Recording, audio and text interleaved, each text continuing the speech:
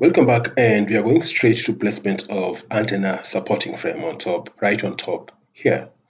If I zoom close, you'll be able to see the bottom end of the whole structure all the way down.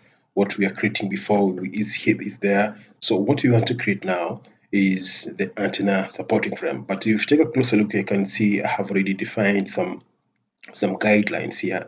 I've done this so that we cut down on time, and this is self-explanatory. This is the size or the the setup of our frames that will be holding the antenna. So let me just start placement of the frames here. So I'll begin from that spot and move all the way to the bottom end here, and this will be a tube. So I'll double click on that member, and that will bring this dialog box for the profile customization or profile. Uh, uh, this will take me straight to profile catalog dialog box, and if I click on that, that will open up, and I'll be able to pick on the right steel profile here. In our case, this is a tube. Now, if I zoom out or scroll down, I'll be able to pick on circular hollow sections here. And where let me just scroll further, and I think it's somewhere here, circular hollow sections. So if I pick on that plus sign here, I'll be able to pick on CHS here, circular hollow section. So I'm going to pick on 60 by 3, 60 by 4 is okay. So what I'm going to do next is just to click apply and give it an OK right there. So once I've done so, I'll come here and probably click modify. So the moment I click modify, I'll be able to convert this from a C section to a circular hollow section. So this is okay, and probably if I double click on it, it could look bigger. It could look bigger, and we have an option to go back and change this. And let's change this to a 40 instead of it's supposed to be 50, and we don't have that on the catalog here under UK environment, and we'll pick a closer one. That will be 48 instead of 60 here. So let me just scroll down and come to 48 here, and pick a little bit thicker one. So 6 will be okay, and I think click apply and give it an OK. So once I've done so, I'm going to repeat the same thing by clicking modify. So once this has been modified, I'm going to just pick or press Ctrl R and pick the rotation point maybe from that spot. And if I turn this around, you can see I'm passing right at the center of that line. So I'll come here and the steel and pick another steel. Then I want to snap at the center here and snap at the center there, and that will remain as it is. And I'm going to do the same thing here. So I can as well create one follow the same process, or just select this and come to copy and pick on it from that spot and scroll down and snap it on this point here right away. So we have these in place. So we have some extension up there by 0.16, where we can take an actual measurement from the top here, and from that spot to that spot, this should be 160 millimeter. Same applies to the bottom end. Now the key part here is the connection. So there's a different connection that we want to create here that will not interfere with the leg, and will be strong enough to hold the antennas on top here. Now I'll come to steel here, then come to beam, and I want to create a member here, and this will act as a clamp. This frame will be clamped on this leg by a U-bolt. So I'm going to double click on it here, and this one will be I'm going to use a C section or 120 size, so a size of 120, and I'm taking direction to the profile catalog where I'll be able to choose the right catalog that I'll use to clamp this to this leg of the antenna. So let me just minimize this, then scroll down to C section here, C section, and I hope I'll be able to get there.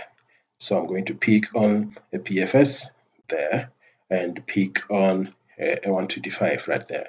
So this will be okay. If I click apply and give it an okay, I'll be able now go further and click modify to confirm the change of this profile. If I click modify, I'll be able to change this profile, but the direction or the orientation of this or the placement of this is not in the best direction that will allow connection to happen in any way. So to change that, you come under positions here and pick under rotation, then pick these four options. Just play around with them, and you'll be able to land on the appropriate orientation of this particular profile.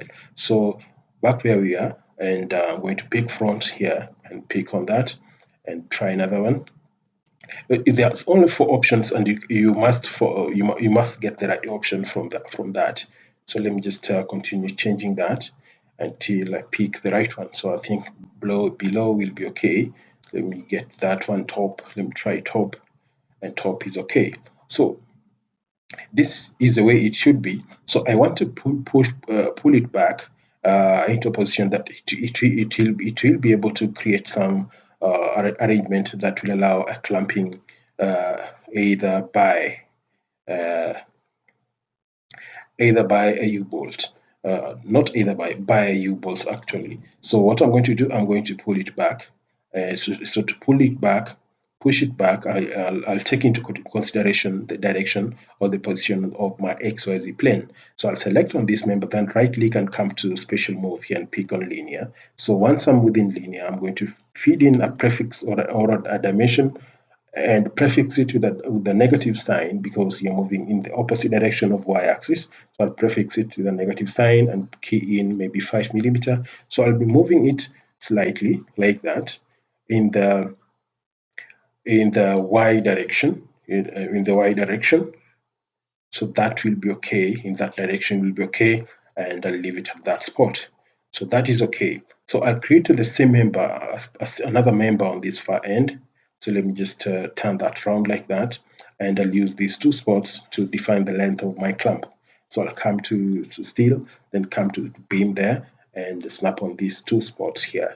So I'll be able to create another clamp on this far end. So I'll double click on it. So once I've double clicked on that, I'll be able to create another member, but I have to reorient it for this to face in the right direction, so that when I start creating or defining my clamp, it will be able to favor my connection. So let me just click on that. That will be okay.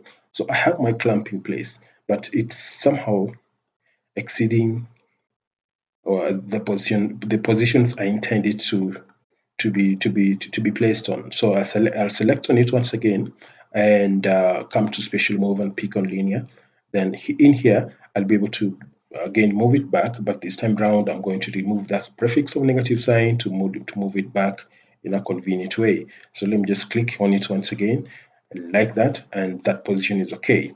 So what I'm going to do, I'm going to come rotate with mouse, and I want to rotate it like that and check how rotation applies here. So the next thing I'm going to do is very simple, and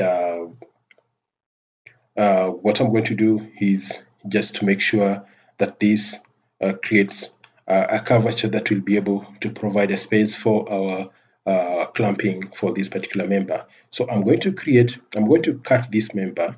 I'm going to first of all weld this to this.